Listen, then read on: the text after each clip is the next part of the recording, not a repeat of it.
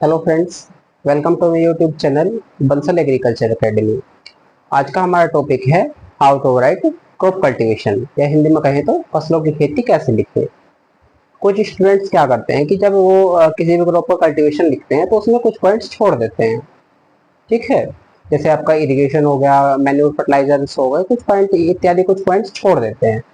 ठीक है, तो आज हम इनके ऊपर बात करेंगे कि जब भी किसी क्रॉप का हम कल्टीवेशन लिखते हैं तो उसमें हमें कौन कौन से पॉइंट्स लिखने चाहिए। ठीक है, उसमें सबसे पहले है आपका बोटेनिकल नेम।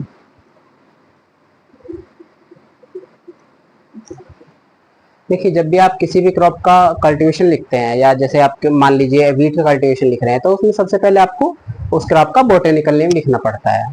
ठीक है, कि ये इसका क्रॉप का बोटेनिकल नेम क्या है। ठीक है, नंबर 2 पे है आपका फैमिली।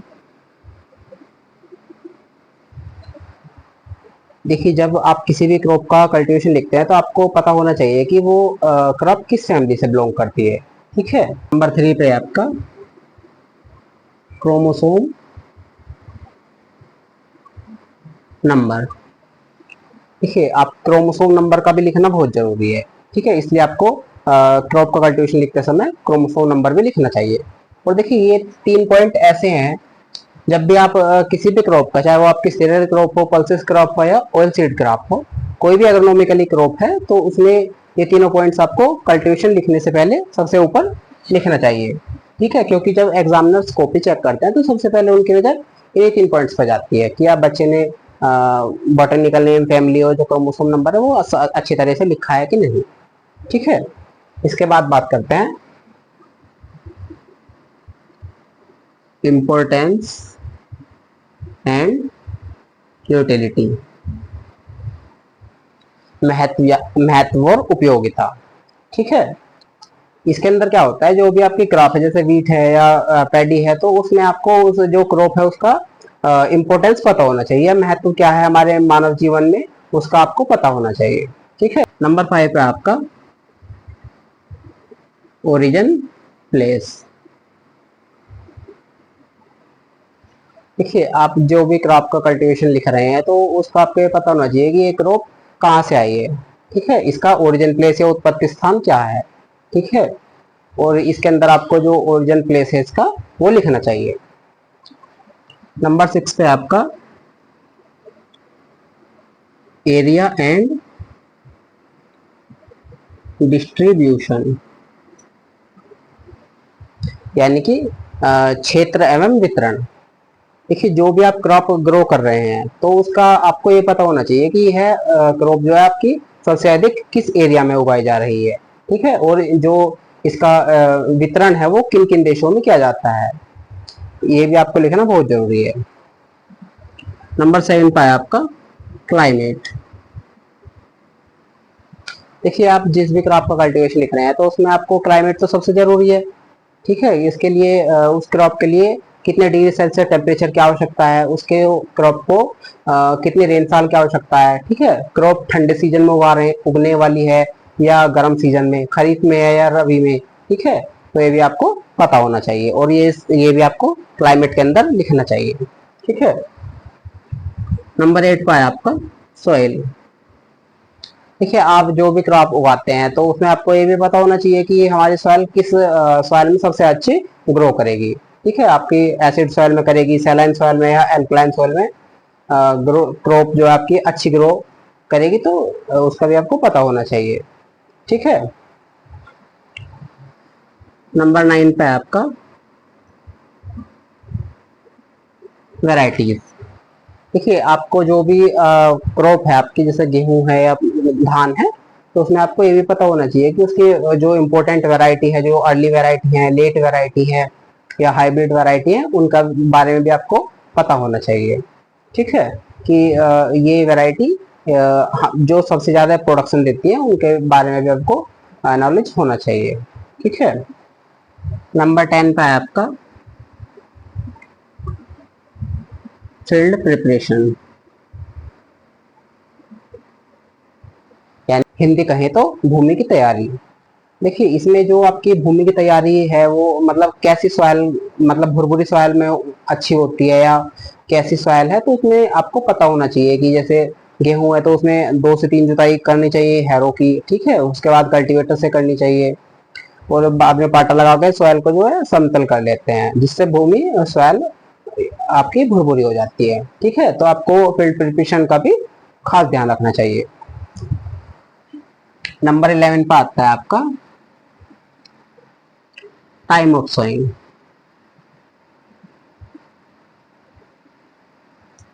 देखिए आपकी जो भी क्रॉप है तो आपको ये पता होना चाहिए कि आपकी क्रॉप को जो लगाने का समय कब उत्तम है, ठीक है, या वो जो क्रॉप है आपकी सबसे अच्छी किस महीने में, किस मंथ में आपकी लगाने के लिए उपयुक्त है। ठीक है, नंबर 12 है आपका सीड एंड ट्रीटमेंट। देखिए आपको हमेशा जब भी कोई क्रॉप ग्रो करते हैं तो आपको हमेशा सर्टिफाइड सीड का यूज करना चाहिए बुआई के लिए, ठीक है, और सीड को हमेशा ट्रीटमेंट करना चाहिए, क्योंकि जो आपकी सीड बोर्न डिजीज होती है उनसे जो खतरा होता है वो बहुत ही कम हो जाता है। ठीक है, इसलिए आपको सीड ट्रीटमेंट करके बोना चाहिए। ठीक है, एक ये भी पॉइंट है। इसके बाद है आपका सीड रेट, कि आपको सीड रेट का भी पता होना बहुत जरूरी है। ठीक है, कि किस क्रॉप के लिए कितना सीड रेट आवश्यक होता है। ठीक है, तो इसलिए ये पॉइंट भी आपको याद रखना बहुत जरूरी है। नंबर 14 पे है आपका मेथड ऑफ सोइंग। देखिए आपकी जो क्रॉप है वो एक ही क्रॉप कई मेथड से सोइंग की जाती है। ठीक है, लेकिन जैसे आपका ब्रॉडकास्टिंग मेथड हो गया, हल्के पीछे बुआई हो गया, और आपका डिबलिंग मेथड हो गया। ठीक है, तो ये कुछ मेथड्स हैं जिसके द्वारा आपकी सोइंग सीड की सोइंग की जा सकती है। और देखिए ये मेथड इतना उपयोगी है, जो भी आपका साइंटिफिक मेथड से यदि आप बुआई करते हैं तो उससे तो आपका प्रोडक्शन इंक्रीज होता है, और जो आप अनसाइंटिफिक मेथड से आपके सीड जो सोइंग करते हैं, जैसे आपका ब्रॉडकास्टिंग मेथड हो गया, आपका कोई साइंटिफिक मेथड नहीं है, तो इससे आपका 30% तक क्रॉप का जो इल्ड है उसमें कमी आ जाती है। ठीक है, नंबर 15 पर है आपका मैन्योर एंड फर्टिलाइजर। देखिए मैन्योर और फर्टिलाइजर ये बहुत ही इंपॉर्टेंट है। देखिए आपने जो भी आप क्रॉप लगा रहे हैं तो उसमें आपको पता होना चाहिए कि किस स्टेज पर कितना फर्टिलाइजर आपकी क्रॉप में डालना चाहिए। ठीक है, और बुआई करते समय कितना मैन्योर आपका सॉइल में हमें मिलाना चाहिए। ठीक है, तो उसके हिसाब से आपको अपनी क्रॉप में मैन्योर एंड फर्टिलाइजर देना चाहिए। ठीक है, नंबर 16 पर है आपका इरिगेशन। देखिए आपकी जो भी क्रॉप है उसे आप ग्रो कर रहे हैं तो आपने उसमें सबसे इम्पोर्टेंट होता है इरिगेशन। यदि आप इरिगेशन नहीं करेंगे तो क्रॉप ग्रो कैसे करेगी। ठीक है, तो उसमें जो इसके अंदर इस पॉइंट के अंदर क्या लिखना है आपको, जो भी आपकी क्रॉप की क्रिटिकल स्टेज होती हैं तो वो सभी क्रिटिकल स्टेज इसके अंदर लिखनी है। ठीक है, नंबर 17 पर है आपका वीड मैनेजमेंट।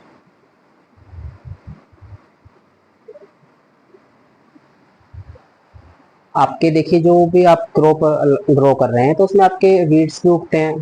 ठीक है, तो उन्हें आपको कंट्रोल करना चाहिए। उसके लिए आपको केमिकल मेथड यूज कर सकते हैं, और आपको फिजिकल मेथड भी आप उसमें लिए यूज कर सकते हैं।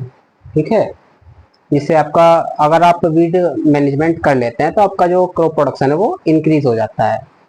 ठीक है, नंबर 18 पर है आपका डिजीज मैनेजमेंट।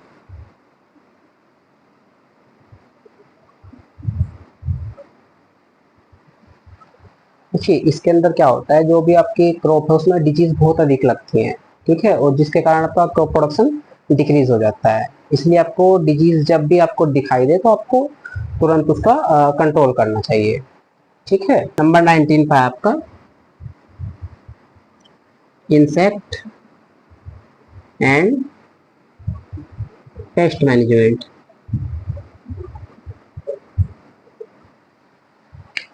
देखिए आपकी जो भी क्रॉप है उसमें इंसेक्ट पेस्ट भी लगना लगते ही है। ठीक है, तो उससे भी आपको कंट्रोल करना चाहिए। वो आपका केमिकल मेथड से भी कर सकते हैं और आपका फिजिकल मेथड भी कर सकते हैं। ठीक है। नंबर 25 है आपका हार्वेस्टिंग एंड थ्रेसिंग।